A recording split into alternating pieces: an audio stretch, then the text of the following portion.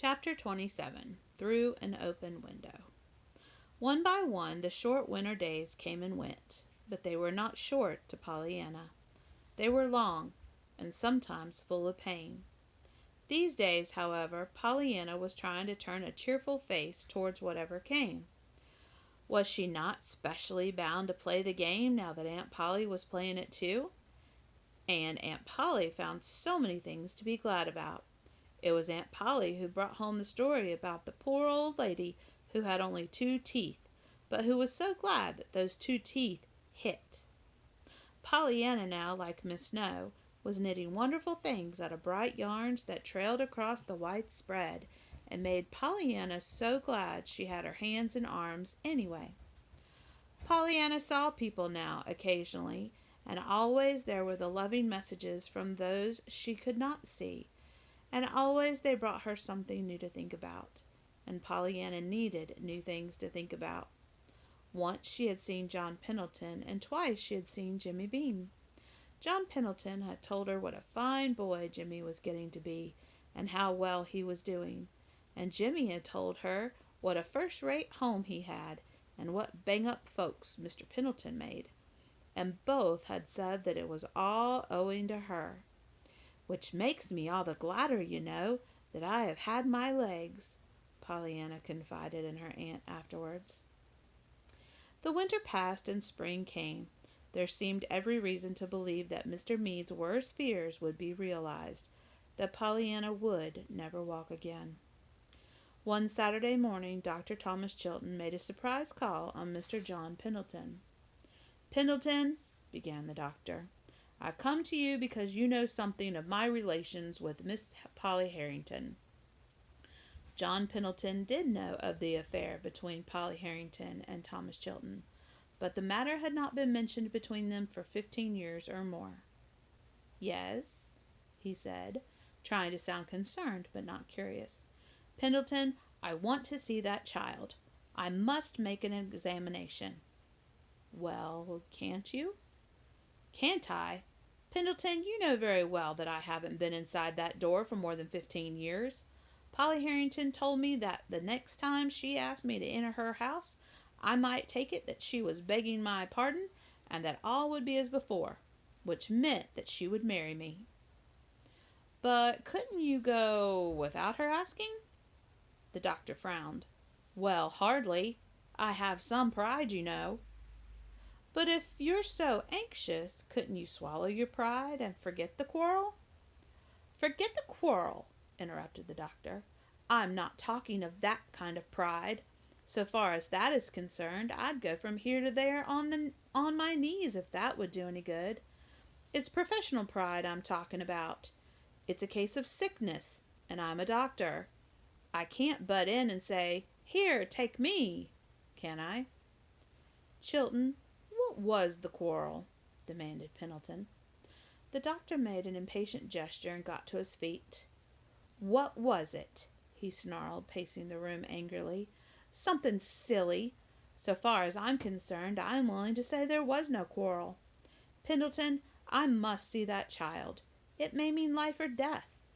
It will mean, I honestly believe, 9 chances out of 10 that Pollyanna Whittier will walk again." The words were spoken clearly, impressively, and they were spoken just as Dr. Chilton had almost reached the open window near John Pendleton's chair. They reached the ears of a small boy kneeling beneath the window on the ground outside. Jimmy Bean, at his Saturday morning task of pulling up the first little green weeds of the flower bed, sat up with his ears and eyes wide open. "Walk? Pollyanna," John Pendleton was saying. "What do you mean?" "I mean that I think her case is very much like one that a college friend of mine has just helped. For years he's been making this sort of thing a special study, and from what I hear... But I want to see the girl." John Pendleton came erect in his chair. "You must see her, man. Couldn't you say through Dr. Warren?" The other shook his head. "I'm afraid not. Warren has been very decent, though. He told me himself that he suggested consultation with me at the first, but Miss Harrington said no." "Pendleton, I've got to see that child. But how can I? without a direct request from her aunt, which I'll never get. She must be made to ask you. How? She's too proud and angry to ask me. But if she could be made to see, to understand, urged John Pendleton. Yes, and who's going to do it? Demanded the doctor. I don't know, groaned the other. Outside the window, Jimmy Bean stirred suddenly. Up to now he had been scarcely breathed, so intently that he had listened to every word. Well, I know, he whispered. I'm going to do it. And he rose to his feet, crept around the corner of the house, and ran with all his might down Pendleton Hill. Chapter 28. Jimmy Takes the Helm. It's Jimmy Bean. He wants to see you, ma'am, announced Nancy in the doorway. Me? Asked Miss Polly, plainly surprised. Are you sure he did not mean Miss Pollyanna? He may see her for a few minutes today if he likes. Yes'm, I told him, but he said it was you he wanted. Very well, I'll come down. In the sitting room, Miss Polly found a round-eyed boy who began to speak at once. Ma'am, I'm supposing it's dreadful, but I'm doing and what I'm saying, but I can't help it. It's for Pollyanna, and I'd walk over hot coals for her, or face you, or anything like that any time, and I think you would too, if you thought there was a chance for her to walk again, and so that's why I come to tell you what I know, and you to ask Dr. Chilton here if you understood. What? Interrupted Miss Polly. Jimmy sighed despairingly. There, I didn't mean to make you mad. That's why I begun by telling you about her walking again. I thought you'd listen to that. Jimmy, what are you talking about? Begin at the beginning, and be sure I understand each thing as you go. Don't plunge into the middle of it as you did before and mix everything all up. Jimmy wet his lips determinedly. Well, to begin with, Dr. Chilton came to see Mr. Pendleton, and they talked in the library. Do you understand that? Yes, Jimmy. Miss Polly's voice was rather faint. Well, the window was open, and I was weeding a flower bed under it, and I heard 'em talk. Oh, Jimmy, listening? I'm glad I listened, said Jimmy, and you will be when I tell you. Why, it may make Pollyanna walk. Jimmy, what do you mean? Miss Polly was leaning forward eagerly. There, I told you so, nodded Jimmy contentedly. Well, Dr. Chilton knows some doctor somewhere that can cure Pollyanna, he thinks. Make her walk, you know. But he can't tell sure till he sees her, and he wants to see her something awful. But he told Mr. Pendleton that you wouldn't let him. Miss Polly's face turned very red. But, Jimmy, I couldn't. That is, I didn't know. Miss Polly was twisting her fingers together hopelessly. Yes, and that's why I come to tell you, so you would know, asserted Jimmy eagerly. They said that for some reason you wouldn't let Dr. Chilton come, and you told Dr. Warren so, and Dr. Chilton couldn't come himself without you asking him, and they was wishing somebody could make you understand, only they didn't know who could. And I was outside the window, and I says to myself right away, by jinks, I'll do it, and I come, and have I made you understand? Yes, Jimmy, about the doctor, implored Miss Polly. Who was he, and are you sure he can make Pollyanna walk?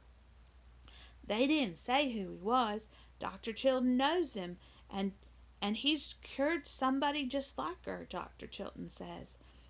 You will let Dr. Chilton come, won't you? Now you understand. Miss Polly turned her head from side to side. Her breath was coming in rapid gasps. Jimmy, watching her with anxious eyes, thought she was going to cry, but she did not cry.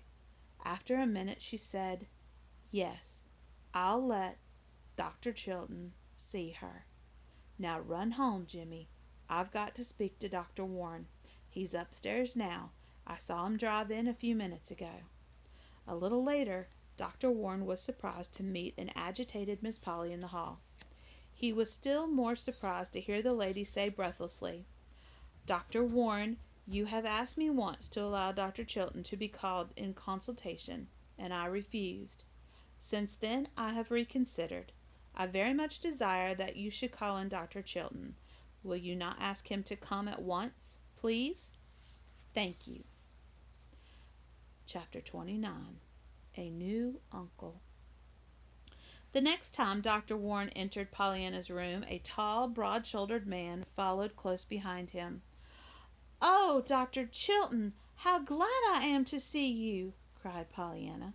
"But of course, if Aunt Polly doesn't want—" "It is all right, my dear. Don't worry," soothed Miss Polly, agitatedly hurrying forward. "I have told Dr. Chilton that I want him to look you over with Dr. Warren this morning." "Oh, then you asked him to come," murmured Pollyanna contentedly. "Yes, dear, I asked him. That is—" But it was too late. The adoring happiness that had leaped to Dr. Chilton's eyes was unmistakable, and Miss Polly had seen it. With very pink cheeks she turned and left the room hurriedly. Over in the meadow the nurse and Dr. Warren were talking earnestly. Dr. Chilton held out both his hands to Pollyanna. "Little girl, I'm thinking that one of the very gladdest jobs you ever did has been done today," he said in a voice shaken with emotion. At twilight a wonderful different Aunt Polly crept in Pollyanna's bedside. The nurse was at supper, and they had the room to themselves. "Pollyanna dear, I'm going to tell you, the very first one of all. Some day I'm going to give Dr. Chilton to you for your uncle. And it's you that have done it all. Oh, Pollyanna, I'm so happy and so glad, darling." Pollyanna began to clap her hands, but stopped. "Aunt Polly, were you the woman's hand and heart he wanted so long ago? I know you were. And that's what he meant by saying I'd done the gladdest job of all today. Why, Aunt Polly, I'm so glad that I don't mind, even my legs now." Aunt Polly swallowed a sob. "Perhaps some day, dear." But Aunt Polly did not finish. Aunt Polly did not dare to tell yet the great hope that Dr. Chilton had put into her heart. But she did say, "Pollyanna, next week you're going to take a journey. You're going to be carried in cars and carriages to a great doctor who has a big house many miles from here, made for such people as you are. He's a dear friend of Dr. Chilton's, and we're going to see what he can do for you." Chapter 30. Which is a Letter from Pollyanna. Dear Aunt Polly and Uncle Tom, I can walk. Today I walked all the way from my bed to the window, 6 steps. My, how good it was to be on legs again. All the doctors stood around and smiled, and all the nurses stood beside them and cried. A lady in the next ward, who walked last week first, peeked in the door, and another one who hopes she can walk next month was invited into the party, and she lay on my nurse's bed and clapped her hands. Even Tilly, who washes the floor, looked through the window and called me honey child when she wasn't crying too much. I don't see why they cried. I wanted to sing and shout and yell. Just think, I can walk, walk, walk. Now I don't mind being here almost 10 months. I didn't miss the wedding anyhow. Wasn't that just like you, Aunt Polly, to get married right beside my bed so I could see you? You always do think of the gladdest things. Pretty soon, they say, I shall go home. I wish I could walk all the way there. I do. I don't think I shall ever want to ride anywhere any more. It will be so good just to walk. Oh, I'm so glad. I'm glad for everything. Why, I'm glad now I lost my legs for a while, for you never, never know how perfectly lovely legs are until you haven't got them. That go, I mean. I'm going to walk 8 steps tomorrow.